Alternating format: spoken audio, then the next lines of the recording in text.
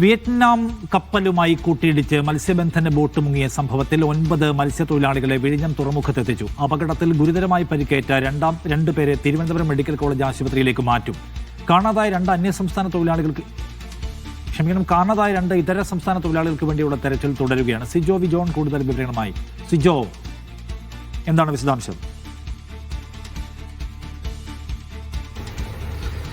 പരിക്കേറ്റവരെ ഇപ്പോൾ ഷിപ്പിൽ നിന്ന് ആംബുലൻസിലേക്ക് മാറ്റുകയാണ്. ഗുരുതരമായി പരിക്കേറ്റ 2 പേരെ മാറ്റിയിട്ടുണ്ട്. അവരുമായി അല്പസമയത്തിനകം തന്നെ ആംബുലൻസ് തിരുവനന്തപുരം മെഡിക്കൽ കോളേജിലേക്ക് പോകും. ഇപ്പോൾ നമ്മൾ കാണുന്നത് സാരമായി പരിക്കേറ്റ ആളുകളാണ്. അവരെ പുറത്തേക്ക് മാറ്റുകയാണ്.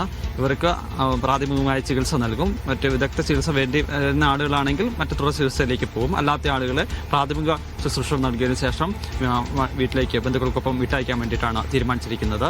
9 പേരെയാണ് ഇപ്പോൾ വിഴിഞ്ഞത്ത് എത്തിച്ചിരിക്കുന്നത്. ഇതിൽ 2 പേരുടെ പരിക്കാണ് ഗുരുതരമായിട്ടുള്ളത്. നട്ടലിന് ഉൾപ്പെടെ പൊട്ടലേറ്റിട്ടുണ്ടെന്നാണ് ലഭിക്കുന്ന വിവരം. അവരെയാണ് മെഡിക്കൽ കോളേജിലേക്ക് മാറ്റുകയും ചെയ്യുക. ഇന്നലെ വൈകിട്ട് കൊല്ലം ശക്തികുളങ്ങരയിൽ നിന്ന് പോയ ബോട്ടിലാണ് കപ്പലടിച്ച് അപകടമുണ്ടാകുന്നത്. അതിനെ തുടർന്നാണ് നേവിയൊക്കെ വിവരം അറിയിക്കുകയും കോസ്റ്റ് ഗാർഡ് അങ്ങോട്ട് പോവുകയും അവരെ രക്ഷിച്ച് കൊണ്ടുവരികയും ചെയ്തിട്ടുള്ളത്. ഇപ്പോൾ ആശങ്കപ്പെടുത്തുന്ന ഒരു കാര്യം എന്ന് പറയുന്നത് ഈ ബോട്ടിലുണ്ടായിരുന്ന 2 പേരെ ഇതുവരെയും കണ്ടെത്താൻ സാധിച്ചിട്ടില്ല എന്നുള്ളതാണ്. ഇവർക്ക് വേണ്ടിയുള്ള തെരച്ചിൽ തുടരുകയും ചെയ്യുകയാണ്. ശരി.